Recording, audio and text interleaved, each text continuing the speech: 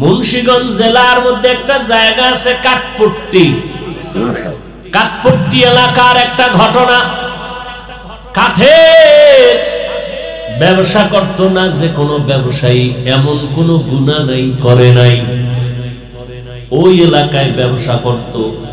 মরণ কোথায় হলো জানা নাই। কাঠপট্টি এলাকায় ঘটনা। লোকটা থাকতো কাঠপট্টি, মরার পরে কি তারে বাড়ি নিছে না ইন্ডিয়ায় নিছে এটা আল্লাহ ভালো জানে। চরমনের সৈয়দ ইসহাক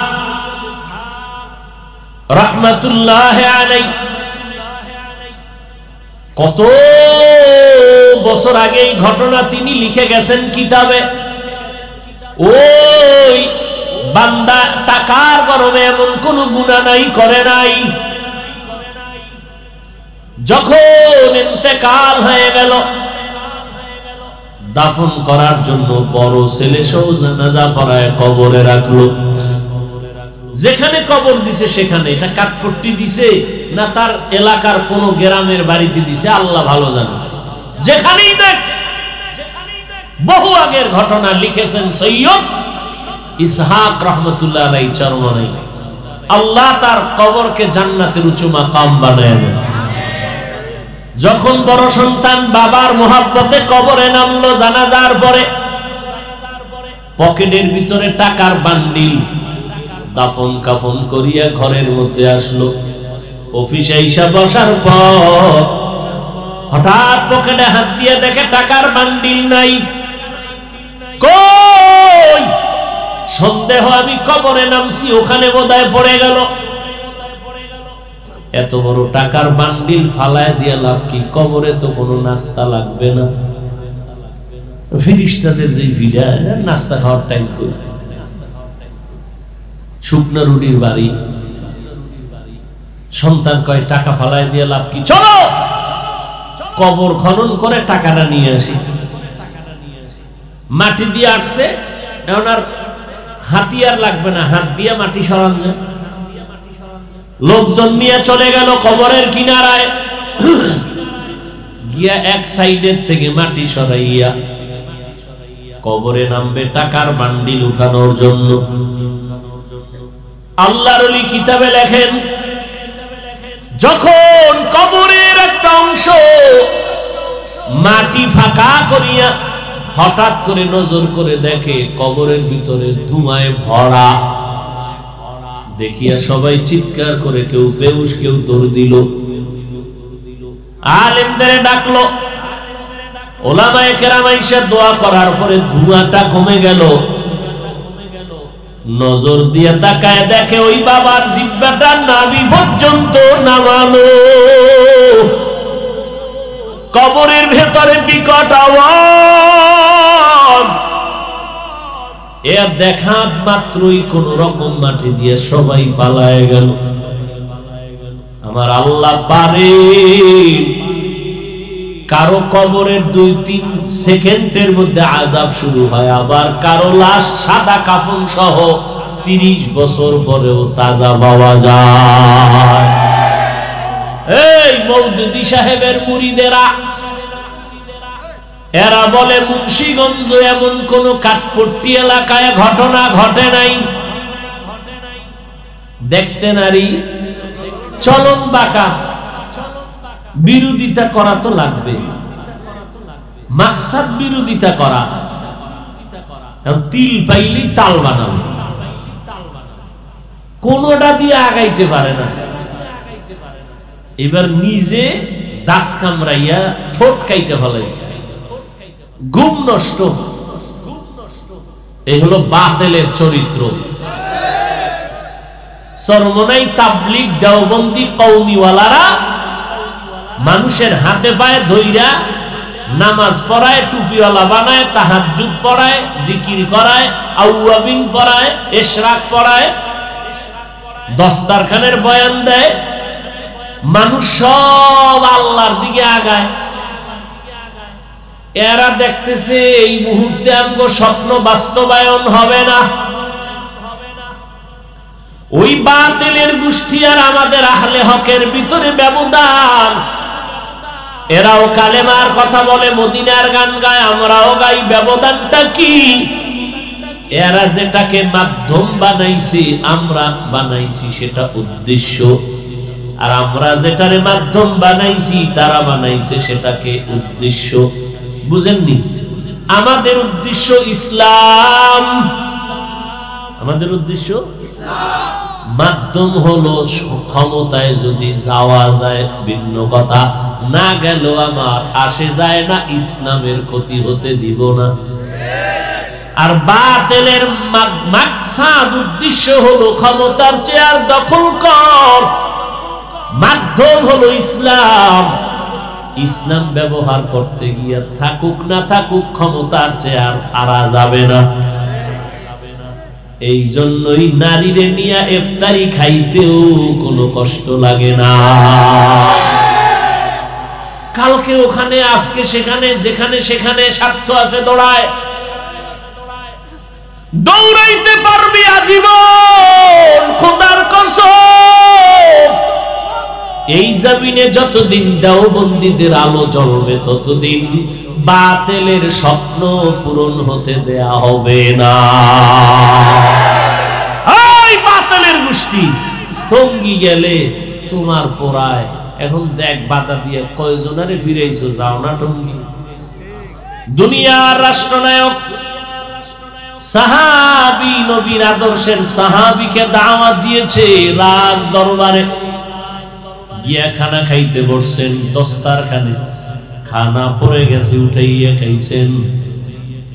রাজ দরবারের লোকেরা বলে, ছোট লোকের মতো কেন কাজটা করলেন? এমনটা না করলেও তো হতো। সাহাবী হুঙ্কার দিয়া বললেন, আরে বেঈমান, জানো না আমি এমন একজন নবীর উম্মত, আতরুকু সুন্নাতা হাবিবি লিহাউলাইল হুমাকা। তোদের মতো মূর্খদের কারণে আমি আমার হাবিবের সুন্নাত ছেড়ে দিতে পারি না। নবীর যুগে চেয়ার ছিল, টেবিল ছিল, কখনো নবী চেয়ার টেবিলে খানা খান নাই। আর আমগো চেয়ার টেবিলে খানা না খাইলে ভদ্রতা ঠিক থাকে না। নবীর যুগে চেয়ার ছিল, টেবিল ছিল, কিন্তু খানা চেয়ার টেবিলে খান নাই, সমতল জমিনে বসে খাইতেন। আর আমগো সমাজে চেয়ার টেবিলে না খাইলে ভদ্রতা ঠিক থাকে না, দস্তারখান তো নাই। আবার একদল পেছনে আওয়াজ দেয়, দস্তারখানের কোনো প্রয়োজন নাই, এমনি তো নাচনেওয়ালা বুড়ি আরো যদি পায়। এমনি তো মানুষ আমলের দিকে আগ্রহী না। মানুষ সুযোগ পাইলে নামাজটা মাফ করাইতে পারলে খুশি, কিন্তু এর মধ্যে যদি আর এক টুপিওয়ালা কয় নামাজ লাগে না, কাজা লাগে না, সুন্নত লাগে না, নফল লাগে না, ঘর ভরার ভিতরে আলু ভরা। আল্লাহ হেদায়েত দান করুন। जिंदगी में बंदगी तू कर नहीं, जिंदगी में बंदगी तू कर नहीं, जिंदगी में बंदगी शर्मिंदा है, जिंदगी बे बंदगी शर्मिंदा है। दुनिया में हो दुनिया का तलबगार ना हो,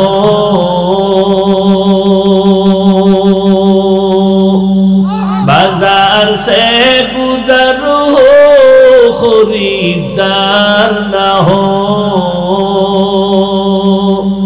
दुनिया में हो दुनिया का तलबगार ना हो, बाजार से गुजर हो खरीदार ना हो। ये दुनिया एक मिस मिसल कागज फूल है, ये दुनिया एक मिसल कागज फूल है। जिंदगी में बंदगी तू करना है, जिंदगी में बंदगी शर्मिंदा है, जिंदगी में बंदगी शर्मिंदा है। जिंदगी में बंदगी कुन बंदगी, बंदगी पे जिंदगी शर्मिंदगी। এরে নবীর আশিক উম্মতের দল, আল্লাহ বলেন আমি ইবাদতের জন্য মানুষ বানিয়েছি, আমার ইবাদতে জীবনটা কাটাও। তুমি আমার গোলামি করবা, দুনিয়া তোমার গোলামি করবে। দুনিয়া তোমারে খুঁজবে, তুমি আল্লাহরে খুঁজবা। টাকার পেছনে কেন দৌড়াও? তুমি আল্লাহকে খুঁজো। টাকা তোমাকে খুঁজবে, বাড়ি তোমাকে খুঁজবে, ক্ষমতার চেয়ার তোমারে খুঁজবে, তুমি কেন ক্ষমতার চেয়ার খুঁজো? الدنيا خلقت لكم وأنكم خلقتم للآخرة। আল্লাহ দুনিয়া বানাইছেন তোমার আমার গোলামির জন্য, তোমারে আমারে বানাইছেন আল্লাহর ইবাদতের জন্য। আল্লাহর ইবাদত করো, দুনিয়ার সব তোমার গোলামি করবে। মুসা নবী আল্লাহর গোলামি করে, পানি তার গোলামি করে। লাঠি দিয়ে আর বাড়ি মারছে রাস্তার মধ্যে, 12টা রাস্তা হয়ে গেল। ফেরাউন মুসা নবী দৌড় দিয়াও পার গেলেন। ফেরাউন কয় আমরাও দে। রাস্তার মাঝে যখন ফেরাউন গেল, আল্লাহ কয় ও রাস্তা রে তুই আগের মতো পানি হয়ে যা। পানি হয়ে গেল।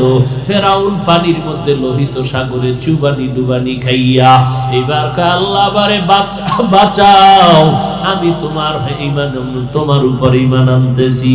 আল্লাহ বলে সময় মতো ঈমান আনো নাই, এখন মাইন কাসিফা আটকায় গেছে, এখন আর কালেমা পড়লে লাভ হবে না। ওই ফেরাউনের লাশ এখনো আল্লাহ রেখে দিয়েছেন। বেঈমানেরা দেখ কয় টাকার বাহাদুর হয়েছো। নমরুদ, ফেরাউন, সাদ্দাত, হামানের মতো জীবনে হতে পারবা? ওই নমরুদের অবস্থা খারাপ, ফেরাউনের অবস্থা খারাপ। আজ দুনিয়াতে খুঁজো কোন বেঈমানের ঘরে ফেরাউন নামের একটা সন্তান নাই, নমরুদ নামের আসেনি। কাউকে যদি বলি আরে বেঈমান সন্তানের নামটা ফেরাউন রাখলে মাসে 1 লাখ টাকা দেব, ফেরাউনের নাম রাখতে কেউ রাজি হইবেনি। আগো বাঙালিরে যদি কয়, বাঙালি কইবে কয় লাখ দিবি, বলে 1 লাখ। কয় দিবিনি, কয় দিব। কসম, কয় কসম। কয় একটু 3 দিন চিন্তা করে লই। 3 দিন চিন্তা করে বলবি করোনার ভিতরে 1 লাখ টাকা তো কম না, টাকাটা পাঠায় দিস, ব্যাংকে দিলে হবে না, এটা দলিল থেকে যাবে, গোপন এসে দিয়ে যাবি। ফেরাউন ছেলের নাম রেখে দিলাম, পরে তওবা করে নেব।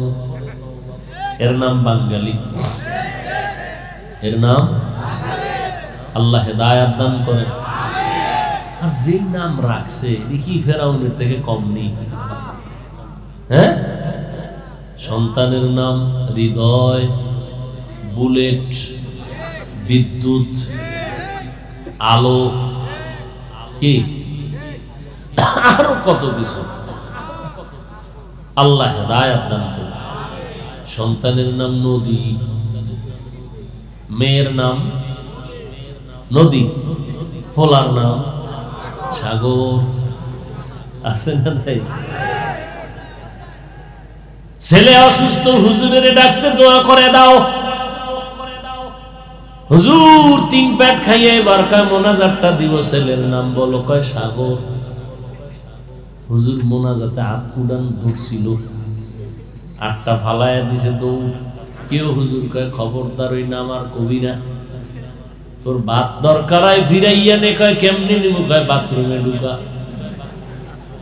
তারপরও তোর এই সাগর নামের দোয়া হবে না, কারণ এই সাগরে আমার 3 বার বাড়ি ভেঙে আমারে ফকিন্নি বানাইছে। এই সাগরে 3 বার বাড়ি ভেঙে আমার ফকির বানাই দিছে।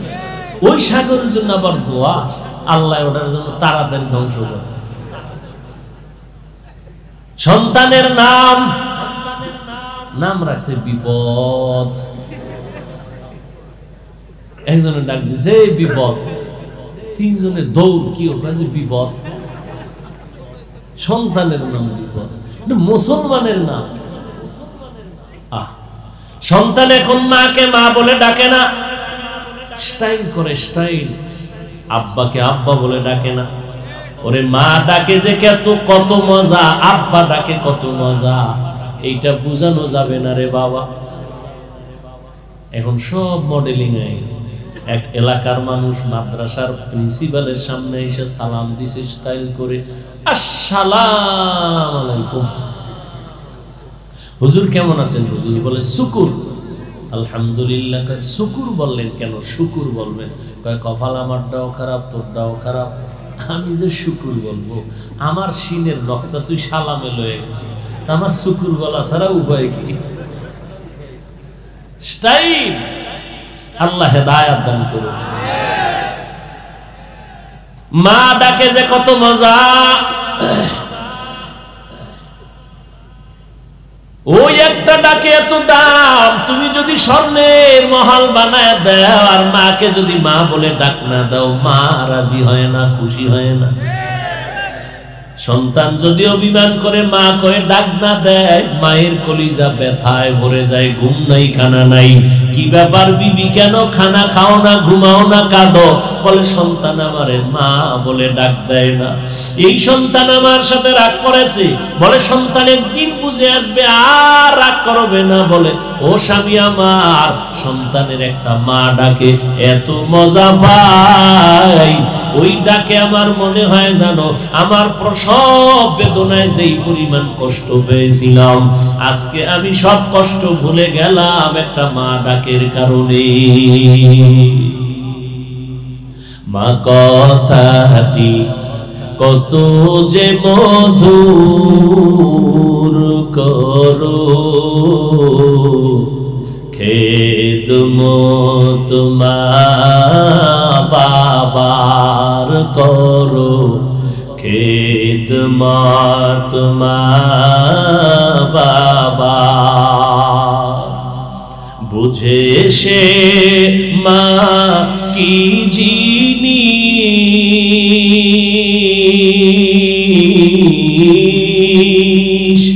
বুঝে সে মা কি জিনিস,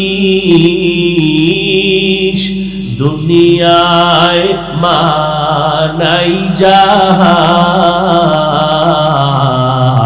খেদমত মা বাবার, করো খেদমত মা বাবার।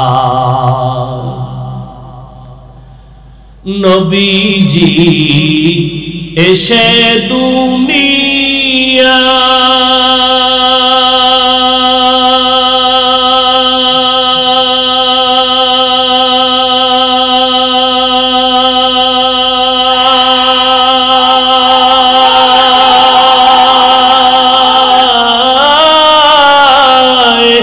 বাবাকে দেখিতে না পায়, 6 বছর কালে হারায় নবীজি মা তাহার,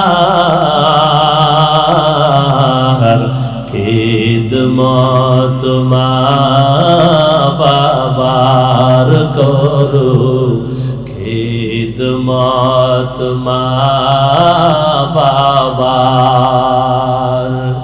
মা কথাটি কত যে মধুর, করো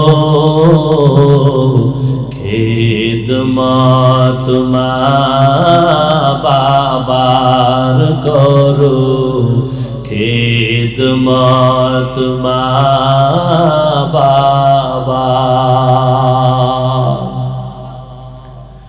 মায়ার নবী মায়ের এত পাগল, আমার নবী আব্বা বলে ডাকতে পারেন নাই, মায়ের আদরও পেলেন না। আম্মা জান আমেনা বলেন, আমার সন্তানের জন্য এত মোহাব্বত, কারণ আমার সন্তান দুনিয়াতে যখন আসছে আমি দেখলাম একটা নূরের আলো দেখা যায়।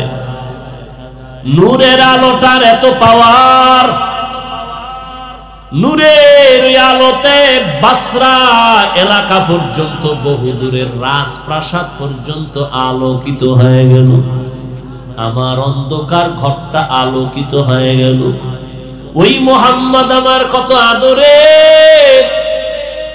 ওই মুহাম্মদ একদিন বিকাল বেলা মাঠে গেল ঘুরতে, আমি সন্ধ্যাবেলা তালাশ করি, মুহাম্মদের দেখি না। কোথায় গেল আমার সন্তান? লোকদের দেখি সব বাচ্চাগুলো কোলে নিয়ে ঘরে যায়। দেখছো নি আমার সন্তান মুহাম্মদের? বলে মুহাম্মদের ভালো করে চিনি না, তবে রাস্তার কিনারে একটা বাচ্চা দেখলাম আব্বা আব্বা বলে চোখের পানি ছেড়ে কান্না করে। মা আমেনা দৌড়াইয়া গিয়া কয়, আয় বাবা কোলে আয়। মায়ার নবী মায়ের গলা জড়ায় কয়, মা বলো আমার বাবাই কই? সব সন্তানের দেখলাম বাবায় কোলে নিয়ে আদর দিয়ে ঘরে গেল। আমার কপাল কি হবে জানি না, বাবারে দেখলাম না, বাবার কোলে উঠতে পারলাম না। মা আমেনা বলে, সন্তান তুমি দুনিয়াতে আসার আগে তোমার বাবা ব্যবসা করতে গিয়ে দুনিয়া থেকে বিদায় হয়ে গেছে, আর আসেনি। মায়ার নবী কাঁদেন, ও মা চলো, আমার বাবার কবর কই? আমার বাবার কবরের কিনারায় দাঁড়ায় আমি একটু মুহাব্বতে সালাম জানাবো। দাদা আব্দুল মুত্তালিবের অনুমতি নিয়ে মা আমেনা আমার মায়ার নবীর নিয়ে রওনা বাবার কবর দেখার জন্য। উম্মে আয়মান সাথে কবরের কিনারায় গিয়া ঘোড়ার পিঠে রওনা। মা ডেকে বলে, দেখ ওই গাছের নিচে তোমার বাবার কবর। মায়ার নবী লাফ দিয়া বললেন, কান্না শুরু করলেন, আমার বাবারে আমি বাবা বলে ডাকতে পারলাম না। বিদায় বেলা হঠাৎ মাঝে পথ আসিয়া মা আমেনার পেটে ব্যথা শুরু হয়ে গেল। জমিনে গড়াগড়ি খায় আর কয়, উম্মে আয়মান দাসী আমার বাবার একটু আমার বুকের সাথে লাগায় দাও। আর নবীরে ডেকে বলে, বাবা মায়ের চেহারা ভালো করে দেখ, মনে হয় জানো আর জীবনে মায়ের ডাক শুনবা না, তোমারে আর আব্বু বলে ডাকবে না। এর এলাকার মুসলমানেরা আজকে তোমরা বাড়ি ঘর ছাড়িয়া মা বাপ ছাড়িয়া শহরের মধ্যে বাসা ভাড়া নিয়ে থাকো। অনেকের গ্রামে মা বাবা কষ্ট করে জীবন কাটায়, ঢাকা আসতে চায় না, শহরের এই যানজট পছন্দ করে না, আবহাওয়া সহ্য করে না, গ্রামে থাকে। আবার অনেক সন্তান মা বাবার খোঁজ খবর পর্যন্ত নাও না। ওরে তুই জানো না রে বাবা, মেহমান আসে মা নিজে রান্না করে মেহমান রে গোশত দিয়া খানা দেয়, মা গোশত খায় না, সন্তান আমার কিনারায় নাই। এমন একটা রাত নাই দিন নাই যে মা তোমাকে আমাকে টেলিফোন করে না, বাবা তুই কই, কখন খানা খেয়েছো, কখন ঘুমিয়েছো, ও বাবা তোমার খবর না নিলে আমার কলিজা ঠান্ডা হয় না। তোমার বিপদের খবর পাইলে মায়ের ঘুম নাই। ওই মা বাবার দোয়া ছাড়া জীবন সফল হবে না রে ও সন্তানেরা। ওই মা বাবার দোয়া ছাড়া তুমি পরীক্ষায় ভালো নাম্বার অর্জন করতে পারো নাই। ওই মা বাবার চোখের পানির কারণে আজকে আমি চেয়ারে বসছি, তুমি মাওলানা, তুমি মুফতি, তুমি আজ চেয়ারম্যান, তুমি মেম্বার। ওই মা বাবার দোয়ার কারণে তুমি টাকার মালিক, বাড়ি গাড়ির মালিক। ওই নবীর আদর্শের সুন্নত কোথায়? তোমার মা বাবার দোয়া নিয়ে তাড়াতাড়ি আগাও। এত বয়ানের পরেও কেন তুমি টুপি পরো না, দাড়ি রাখো না, নামাজ পড়ো না, পর্দা করো না, হালাল খাও না? এরে নবীর উম্মতের দল, আমার মায়ার নবী চোখের পানি ছেড়ে কাঁদেন। আমার মায়ার নবী পেটে পাথর বেঁধে দিনের জন্য দাওয়াত দিলেন। খন্দকের যুদ্ধে নবী বললেন, ও সাহাবায়ে কেরাম, তোমরাও কাজ করো, আমি নবীও কাজ করি। প্রচন্ড রোদের তাপ, বালুকাময় জমিনে পাথর খনন করার কাজে নবী নিজে নেমে গেলেন। যেই নবীর শরীরের মধ্যে মশা মাছি পড়া হারাম, সূর্যের তাপ নবীর গায়ে লাগে না, মেঘ ছায়া দেয়, কষ্ট পাবে নবী। আমার নবীর ঘাম থেকে মিশকের ঘ্রাণ, মদিনাতুল মুনাওয়ারা থেকে একটু 10-15 মিনিট হাইটে গেলে উহুদের পাহাড়ের আগে খন্দকের ওই গর্ত। নবী নিজে কাজে নামলেন, সাহাবায়ে কেরামও কাজ করলেন। কিছুক্ষণ পরে কয়েকজন সাহাবারা নবীর সামনে দাঁড়ায় বলে, নবী, আমাদের বাড়ি পাহারা দেওয়ার কেউ নাই, অর্থাৎ রোদের তাপ, পেটে ক্ষুধা, পাথর খনন করতে অনেক কষ্ট। এটা বলতে না পারিয়া অজুহাত দিয়া কয়, নবী ছুটি দেন, বাড়ি যাব, আমার ঘরে অসুস্থ। আর একজন বলে পাহারা দেওয়ার কেউ নাই। আল্লাহ কয়, নবী জিবরাইল নবীরে জানায় দাও, এদের ওই অজুহাত সব মিথ্যা, এদের অন্তরে দুর্বলতা, নেফাকি ভরা। আর একদল সাহাবায়ে কেরাম আসল যারা, এরা নবীর সামনে দাঁড়াইলেন, জামাটা উঠাইয়া চোখের পানি ছেড়ে কাঁদেন। নবী দেখে সাহাবায়ে কেরাম খানা নাই, পাথর বেঁধে বেঁধে পরে পেটে মার দিয়ে কাজ করে। নবী চুপচাপ দেখিয়া বলে, ও সাহাবায়ে কেরাম, আপনারা কি মনে মনে ভাবছেন নবী মনে হয় আরামে খায় আর ঘুমায়? আপনারা পেটে পাথর বেঁধে কাজ করতেছেন দিন জিন্দা রাখার জন্য। মায়ার নবী জামা মোবারকটা উঠাইয়া দিয়া কয়, দেখো তোমাদের নবীজির কি হালাত। সাহাবায়ে কেরাম তাকায় দেখে, আমরা পাথর বেঁধেছি একটা, আর আমার মায়ার নবী ক্ষুধার যাতনায় পেটে পাথর বেঁধেছে দুইটা। নবীও কান্না করে, সাহাবায়ে কেরামও কান্নায় বিভোর। পয়গম্বরের একজন সাহাবী হঠাৎ এই অবস্থা দেখে, পাশে ছিল ঘর, দিছে দৌড়, ঘরের মধ্যে গিয়া যাইয়া বিবিরে কয়, বিবি, রুটি বানানোর আটা আসেনি? সামান্য কিছু আছে, 2-3 জন খাওয়ার মতো। বকরি আছে নাকি, একটা বাচ্চা আছে? বলে দেখি নবীরে গিয়া দাওয়াত দেই। নবী পাথর বেঁধে বেঁধে গর্ত খনন করে, নবীর ক্ষুধার তৃষ্ণা, সাহাবায়ে কেরামের চোখে পানি। নবীরে গিয়া কানে মুখ লাগায় কয়, নবীজি, আমার ঘরে 2-3 জনের রুটি আছে, আটা আছে রুটির মতো, একটু যদি আসতেন, চুপে চুপে আইসা আপনার একটু খানা দিতাম। মায়ার নবী শত শত সাহাবায়ে কেরামের ডাক দিয়া কয়, তোমরা আসো, আমার সাহাবী তোমাদের সবাইকে দাওয়াত দিছে, তার ঘরে খানার আয়োজন। পেয়ে গেলেন, আবার একটা দৌড় দিয়ে ঘরে গিয়ে কয়, বিবি সর্বনাশ, নবীরে গোপনে বললাম 2-3 জনের খানা আছে, নবী সবাইরে দাওয়াত দিছে, এখন কি উপায় হবে? মান সম্মান কি হবে? আল্লাহর বান্দি যেমন তেমন কোন বান্দি না। আল্লাহর বান্দি আবেদা, সালেহা, যাকেরা, শাকেরা। আল্লাহর বান্দি নেককারিনী, কোরআন পড়ে, নামাজ পড়ে, স্বামীর জন্য দোয়া করে, স্বামীর হাতটা ধরে কয়, স্বামী আমার এত কেন পেরেশান হয়ে গেছো? কোনো পেরেশানি করবা না, কারণ তোমার আমার জবানে কথা বলা হয় না। সবাইরে দাওয়াত দিছে, কার জবানে? কয় আখিরি নবী রহমাতুল লিল আলামিনের জবানে আওয়াজ। কয় আমার নবী যদি বলে থাকে কোনো ভয় নাই, আমার নবী যদি বলে থাকে আলহামদুলিল্লাহ, নবীর কথার উপরে তুমি চুপ থাকো। এইবার সাহাবী দৌড়াইয়া বিবি থেকে সান্ত্বনা পায় নবীর কাছে গেলেন। নবীর কাছে যাওয়ার পর মায়ার নবী দেখেন সাহাবীর মনটা কেমন যেন পেরেশান। এই পেরেশান কেন? সবাইরে দাওয়াত দিছে এই জন্য, কোনো টেনশন নাই, জলদি করে ঘরের মধ্যে যাও, তোমার বিবেরে গিয়া বলবা রুটি বানাইয়া যেই পাত্রে রাখবে, গোশত পাকাইয়া যেই পাত্রে রাখবে, ঢাকনা দিয়া রাখবা, ঢাকনাটা উঠাইতে নিষেধ করবা। আমি নবী আইসা নিজের হাতে ঢাকনা উঠাবো। মায়ার নবী সবাইরে নিয়ে আসলেন। এই সাহাবী, দেও তোমার রুটির পেয়ালাটা নিয়ে আসো, গোশতের পেয়ালা নিয়ে আসো। নবী নিজ হাতে উঠাইয়া এবার রুটি দেয়, গোশত দেয়, রুটি দেয়, গোশত দেয়, রুটি দেয়, গোশত দেয়। সাহাবায়ে কেরাম পেট ভরে খাইতেছেন। এরপরে নবীও দেখে না, গোশত উঠায়, রুটি উঠায়, উঠতেছে, শত শত সাহাবায়ে খাচ্ছে। এরপরে বলে এবার কিছু থাকলে ঘরে নিয়ে যাও।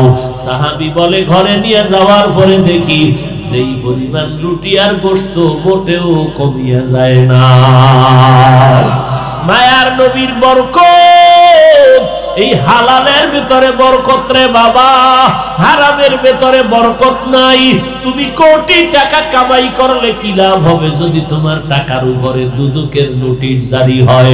তোমার 10 তলা বিল্ডিং উঠাইলে কি লাভ হবে যদি বিল্ডিং এর রাজুকের নোটিশ আসে? ও বাবা, তোমার সম্মানের চেয়ারে বসলে লাভ কি হবে?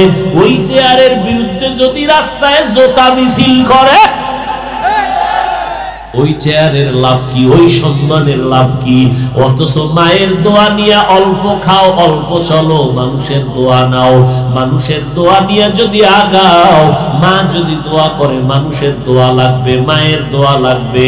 নিজে যা পারো খাও হালাল ভাবে, মরিয়া গেলে হারাম খাইও না। সন্তানগুলোকে হালাল খানা দিয়ে তৈরি করে যাও, কোনোদিন সন্তান হারাম খাবে না, রক্ত নাপাক হবে না, এমন একটা সন্তান রেখে যাও। ও সন্তানেরা, মা বাবার দোয়া নিয়ে সামনে আগাইতে থাকো। ওই মা বাবায় যদি কলিজা দিয়া দোয়া করে আর তোমার মায়ের দোয়া আরশে আজিমে চলে যাবে, একটা সেকেন্ডের জন্য মাঝখানে পর্দা আটকাবে না। ওই মা বাবার দোয়া নিয়ে হালাল উপার্জন করো। টাকার বাহাদুরি করে লাভ কি হবে রে বাবা? ওই টাকা নিয়ে তো কবরে যাইতে পারবা না।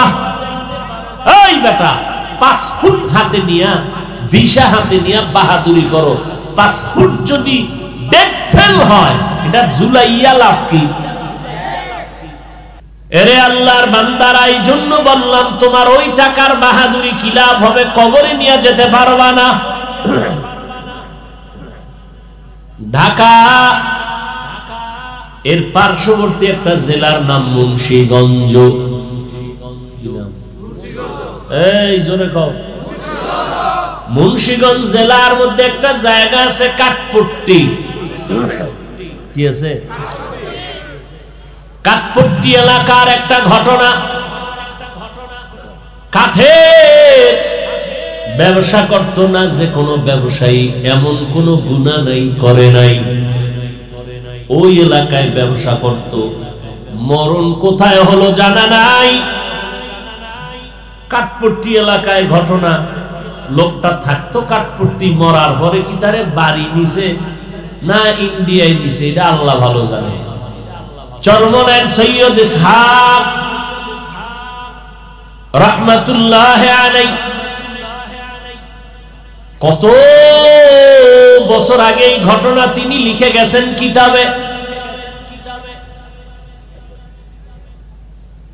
ওই বান্দা টাকার গরমে এমন কোন গুনাহ নাই, করে নাই।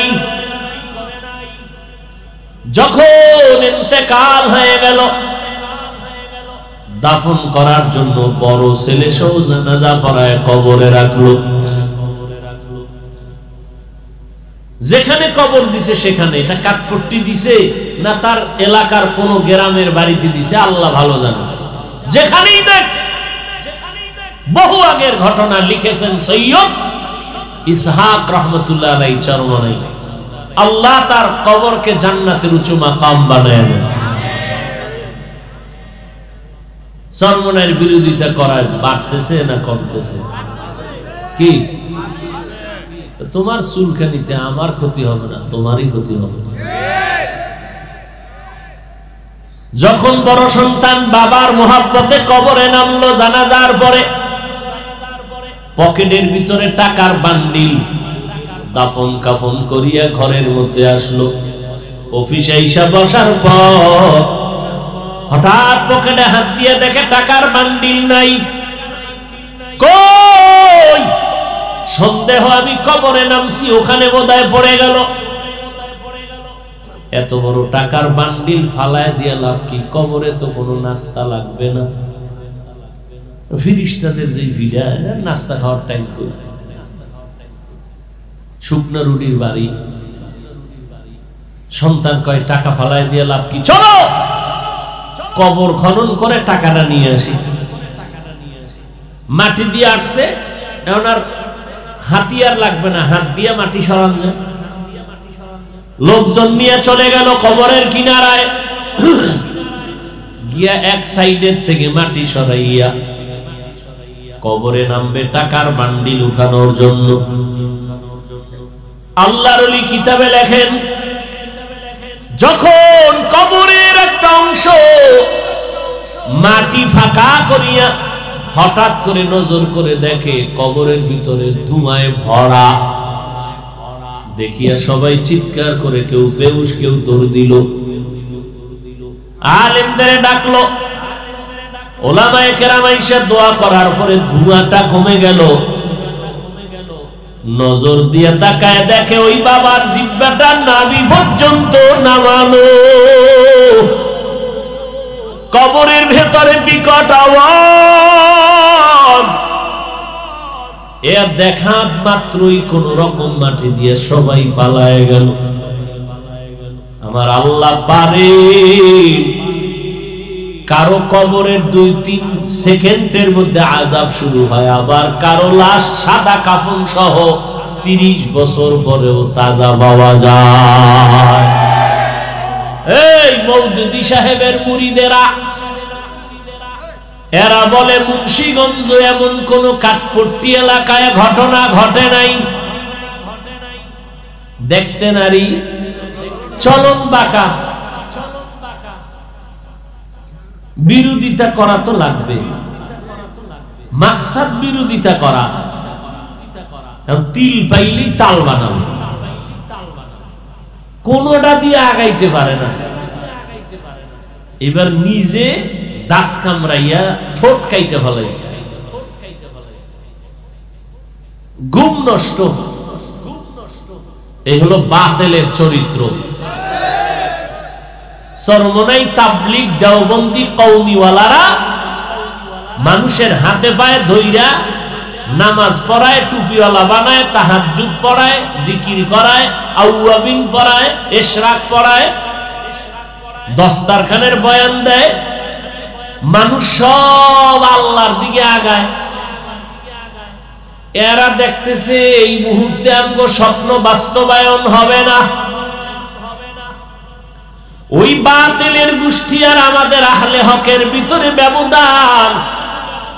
এরাও কালেমার কথা বলে, মদিনার গান গায়, আমরাও গাই। ব্যবধানটা কি?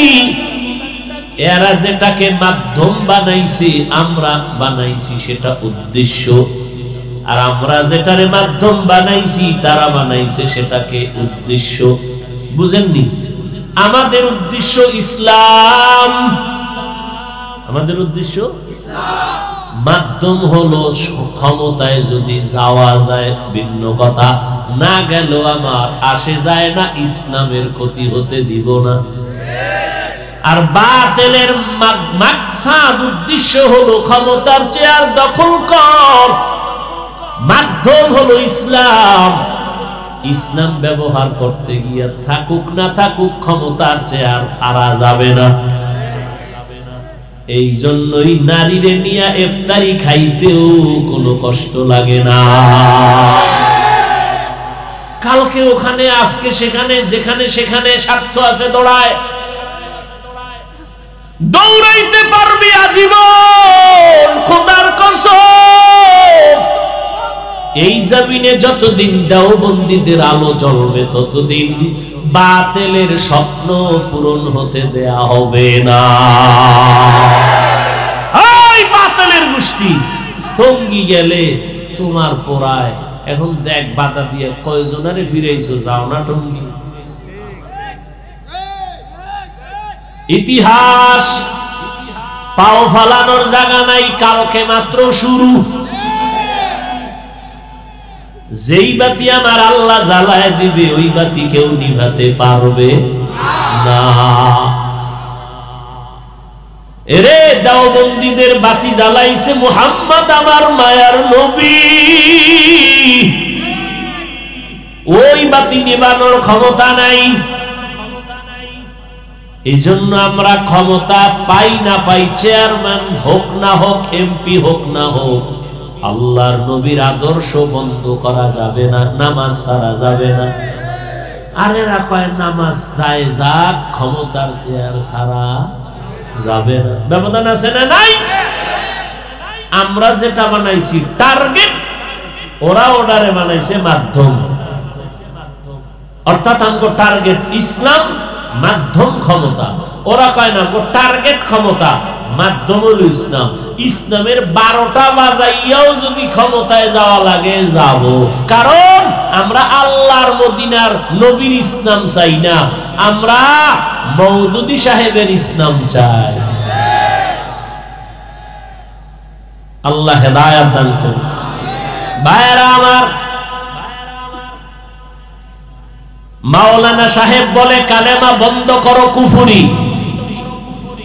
মাওলানা বলতেছেন কয়েকদিন আগে কোরআনে ভেজাল। মাওলানা বলে নবীরা ভুল করেছেন। দেওবন্দি কোন মাওলানা বলে নাই কোরআনে জাল আছে। দেওবন্দি কোন মাওলানা বলে নাই কালেমা কুফরি। দেওবন্দি কোন মাওলানা বলে নাই নবীরা অপরাধী। এই জন্য দেখছেন যদি আমগো দেওবন্দি সরমনাই কেউ কইতো, দেশটারে গরম বানায় ফালাইতো। কি যে কালেমারে কুফরি কইছে দেওবন্দিরা ধর, আর সরমনে ওয়ালারা কইলে তো সার ছিল। কিন্তু মাওলানা হইয়া বলে কালেমা লা ইলাহা ইল্লাল্লাহ মুহাম্মাদুর রাসূলুল্লাহ এটা বন্ধ করো, এটা নাকি কুফরি কালেমা। কিরে নাউজুবিল্লাহ, দালাল দালাল গন্ধ কেন? এ যুবকেরা, কালেমা কুফরি মানো, কোরআনে জাল আছে মানো, রাসূলেরা অপরাধ করেছেন মানো। তাহলে আজকে থেকে চিহ্নিত করবি এই মাওলানা কারা, এদেরকে চিহ্নিত কর।